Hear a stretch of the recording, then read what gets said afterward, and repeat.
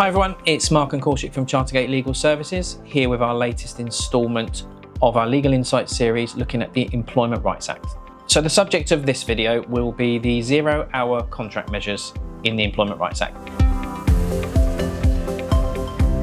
And I think before we kick off, Korshik, it's important to point out that this is one area where there is still considerable detail missing. So we've got a general direction of travel, we've got some specific measures in the Employment Rights Act, but what we don't have are the nuts and bolts, which are still out for consultation. So why don't you tell us what we've actually got at the moment, Korshik? Let's start off from where this all originates. So this is to do with 0 hours contracts. Okay. And it's important to really set out that the government is not banning 0 hours contracts. At one point, that was circulating round in the ether. I think that was in the Making Work Pay Labour prospectus, wasn't it? Absolutely. Banning exploitative 0 hours contracts. Absolutely. So that isn't going ahead. What we do have, though, are more specific measures that the government proposes.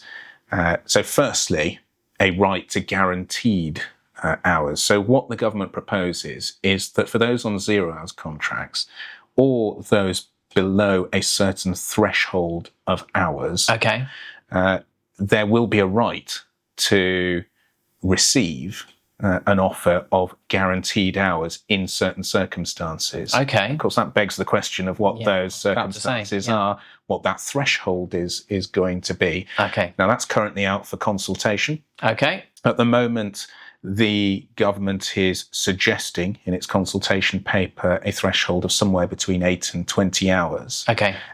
And they're suggesting a set of circumstances where over a reference period, there is a regular amount of hours or regular amount of work, which would suggest that that particular worker is on something that's not what they would consider to be a genuine 0 hours contract or genuine 0 hours type of work. Now, a couple of questions that arise from that as to what is considered then a genuine ad hoc, temporary piece of work or nature of or work that would apply.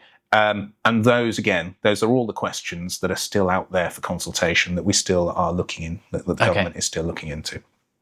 So that's the first thing. The second thing is the right not to have shifts curtailed or cancelled at very short notice. Now, that then again begs the question of what is meant by short notice.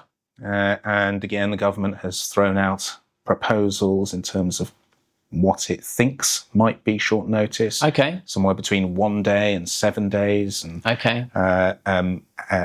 for agency workers, and potentially up to 4 weeks for those employees who are directly engaged on 0 hours contracts. But we'll see how that consultation pans out.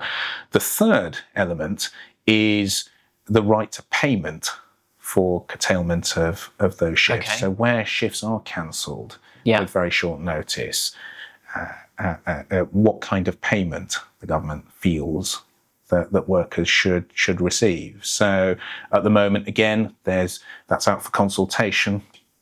The government is thinking something along the lines of 50% of the fee that would have been payable, possibly with a minimum amount of £100, possibly up to a maximum cap. So there's all sorts of ideas and thoughts that have been thrown out there in terms of the consultation process.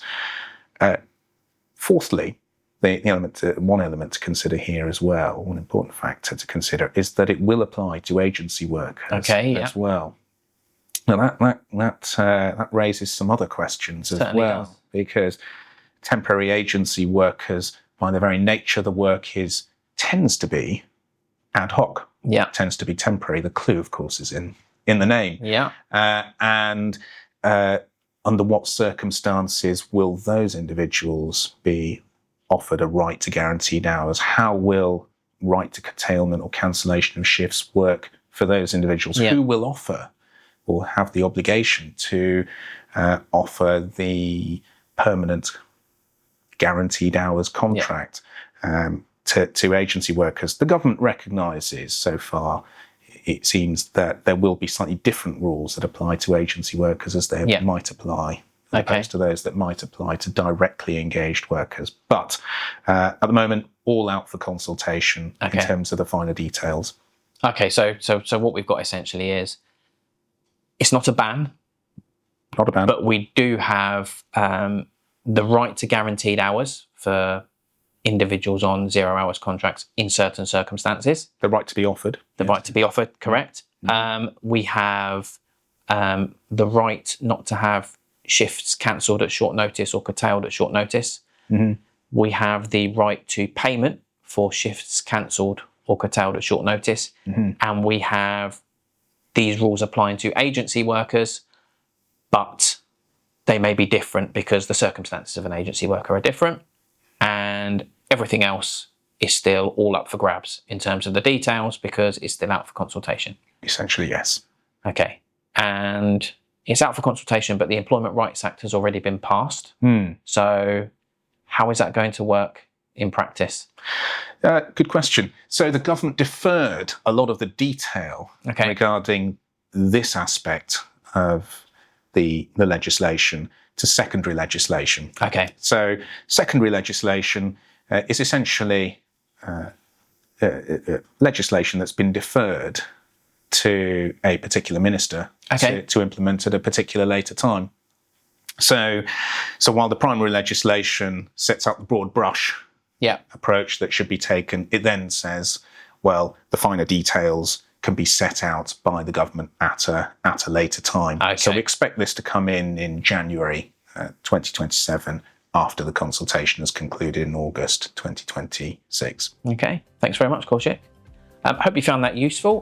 Clearly, there's a lot of detail we're still waiting on. So if you keep in touch with Chartergates, when we have that detail, we'll be happy to have a conversation and let you know how that might affect your business. Thanks very much.